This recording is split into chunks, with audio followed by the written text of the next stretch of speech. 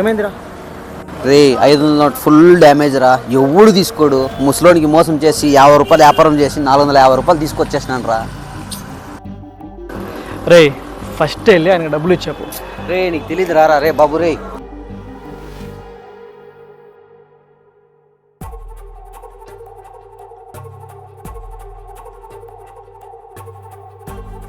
ఏమమ్మా డబ్బులు ఎక్కువ ఏం చెప్తున్నావు? ఏం కదా? ఏం లేదు అల్లుడు, బ్యాంకుకి పోయేసి అకౌంట్కి డబ్బులు వేసిన వల్ల ఏం చేయాలో తెలియక దిక్కు తెలియలేదు, అందుకోసము ఆలోచిస్తూ ఉన్నాను. నేనున్నా కదా మామ, ఎందుకు అంత టెన్షన్ తీసుకుంటావు? స్టేడియంలో వేస్తుంటా 10 నిమిషాల్లో. ఏమమ్మా నువ్వు నేను పెట్టుకొని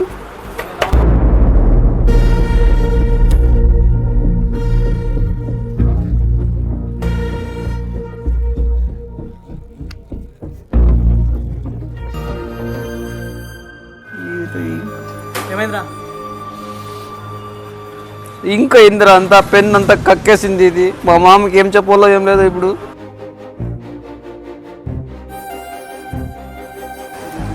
ఈ పెన్ను కక్కేసి.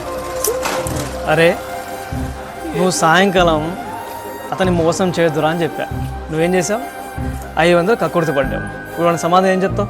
20,000 ఏం చేయాలంట? నీకు జరగాల్సిందరా. ఏదైనా సరే రోజువారీ కూలీ పని చేసుకునే వాళ్ళకి, రోజువారీ వ్యాపారం చేసుకునే వాళ్ళకి మోసం చేయని ఆలోచన మనకి రాకూడదు. అర్థమైందా? మనం ఏదైతే చేస్తామో అదే మనకు తిరిగి వస్తుంది. ఇప్పుడు నువ్వు చేసిన పనికి ఏమైంది చూడు. పదా, నీకు కరెక్ట్గానే జరిగింది.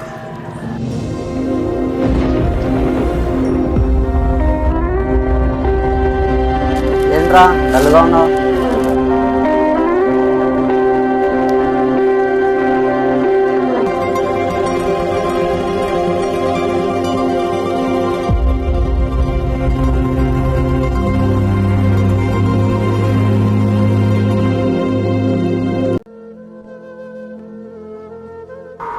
రే వాడు అడిగింది నీ పైన సింపత్తో కాదు, వాడి లోపల ఒక ఆతృత, ఎదుటి వాళ్ళ విషయాలు తెలుసుకోవాలనేసి. వాడు భుజం మీద చేసి స్నేహంగా అడుగుతాడు. అది నిజం అనుకొని నువ్వు నమ్మి నీ పర్సనల్ విషయాలన్నీ వాడికి చెప్పావనుకో, నువ్వు ఏడుస్తూ నీ బాధలు చెప్తూ ఉంటే వాని మైండ్లో ఈ కథని ఇంకొంచెం యాడ్ చేసి వేరే వాళ్ళకి ఎలా చెప్పాలా అని ప్రిపేర్ అవుతాడు. వాడు లోపల నీ రహస్యాలు తెలిసాయని చాలా ఆనందపడుతుంటాడు. వాడు నీ పైన ఎంతో ప్రేమ చూపిస్తాడు, కానీ నీ కథ వాడు ఊరంతా చెప్తాడు. నీ సమస్య నీకు తెలిసినంతగా ఇంకెవ్వడికి తెలియదు. దాని సమాధానం కూడా నీకు తెలిసినంతగా ఇంకెవ్వరికి తెలియదు. అంత మాత్రానికి ఇలా అందరికీ చెప్పుకుంటూ కూర్చోకూడదు. ఏంట్రా మంచి టైంపాస్ మిస్ చేసావు. తీసుకోరా బిస్కెట్. వద్దు దీపు. అరే బిస్కెట్ అయినా తీసుకోరా. అరే ఏందిరా నేను ఇచ్చిన వద్దు వద్దు అంటావు. వద్దు దీపు, మీరు తినండి. నలుగురితో కలిసినప్పుడు వద్దని చెప్పకూడదురా, అన్నీ తినాలి. మొన్న ఈడు బబ్లు కలిసి రెస్టారెంట్కి వెళ్ళారా. ఆ రెస్టారెంట్కి వెళ్ళిన తర్వాత వీడు కొంచెం తినేలోపే వాడు అంతా తినేసాడని చెప్పేసి ఆ ఎదవ లేనప్పుడు ఈ ఎదవ చెప్పాడు.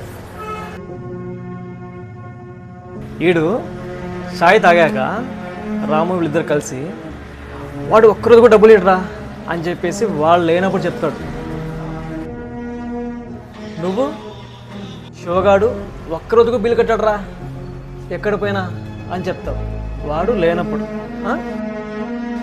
పెట్టడం ఎందుకు? మళ్ళీ వాళ్ళు లేనప్పుడు వాళ్ళ దాని గురించి మళ్ళీ ఇంకొకరు చెప్పడం ఎందుకు?